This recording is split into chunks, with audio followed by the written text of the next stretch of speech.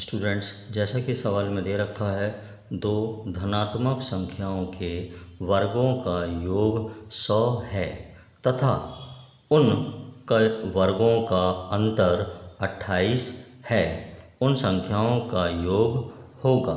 तो पहले हम मान लेते हैं कि पहली धनात्मक संख्या a और दूसरी धनात्मक संख्या b है। उस हिसाब से दोनों धनात्मक संख्याओं के वर्गों का योग कितना दे रखा है, 100। तो इस तरह से हमारे पास हो जाएगा a का वर्ग प्लस b का वर्ग बराबर 100। पहला समीकरण हमें प्राप्त हो गया है। आगे कह रहा है उन संख्याओं के वर्गों का अंतर का मतलब होता है माइनस। तो a का वर्ग माइनस b का वर्ग बराबर हो गया 28।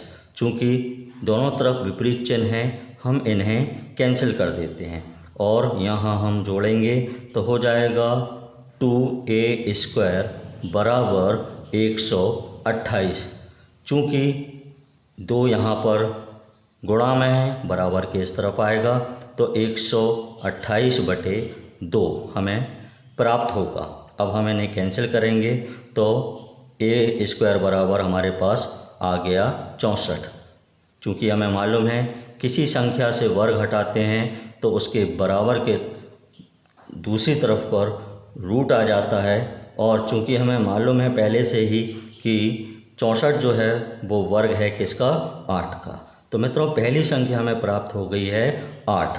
अब हम समीकरण 1 में जो कि है a² प्लस b² बराबर 100, इसमें हम a का मान रखेंगे। तो मित्रों जैसा कि यहाँ पर a का वर्ग है तो हम भी 8 का वर्ग करके लिखेंगे। तो 8 का वर्ग होता है 64 और प्लस b² बराबर 100। तो मित्रों अब हम देखेंगे कि b का वर्ग बराबर 100 और 64 यहाँ प्लस में है, बराबर के इस तरफ जाएगा तो माइनस में हो जाएगा। तो मित्रों इसी प्रकार 64 100 में से जब घटाएंगे तो हमारे पास आ गया 36 और b पर से वर्ग हटाएंगे तो यहाँ पर आ जाएगा √36। मित्रों उस तरह से हम देख सकते हैं कि 36 जो वर्ग है वो 6 का है। तो मित्रों पहली संख्या हमें प्राप्त हो गई है 8 और दूसरी संख्या हमें प्राप्त हो गई है 6। तो मित्रों हमसे पूछ रहा था कि उन संख्याओं का योग क्या होगा। तो पहली संख्या है 8 और दूसरी संख्या है 6। तो इनको जोड़ेंगे तो हमारे पास इनका योग प्राप्त होगा 14, जो कि विकल्प सी है।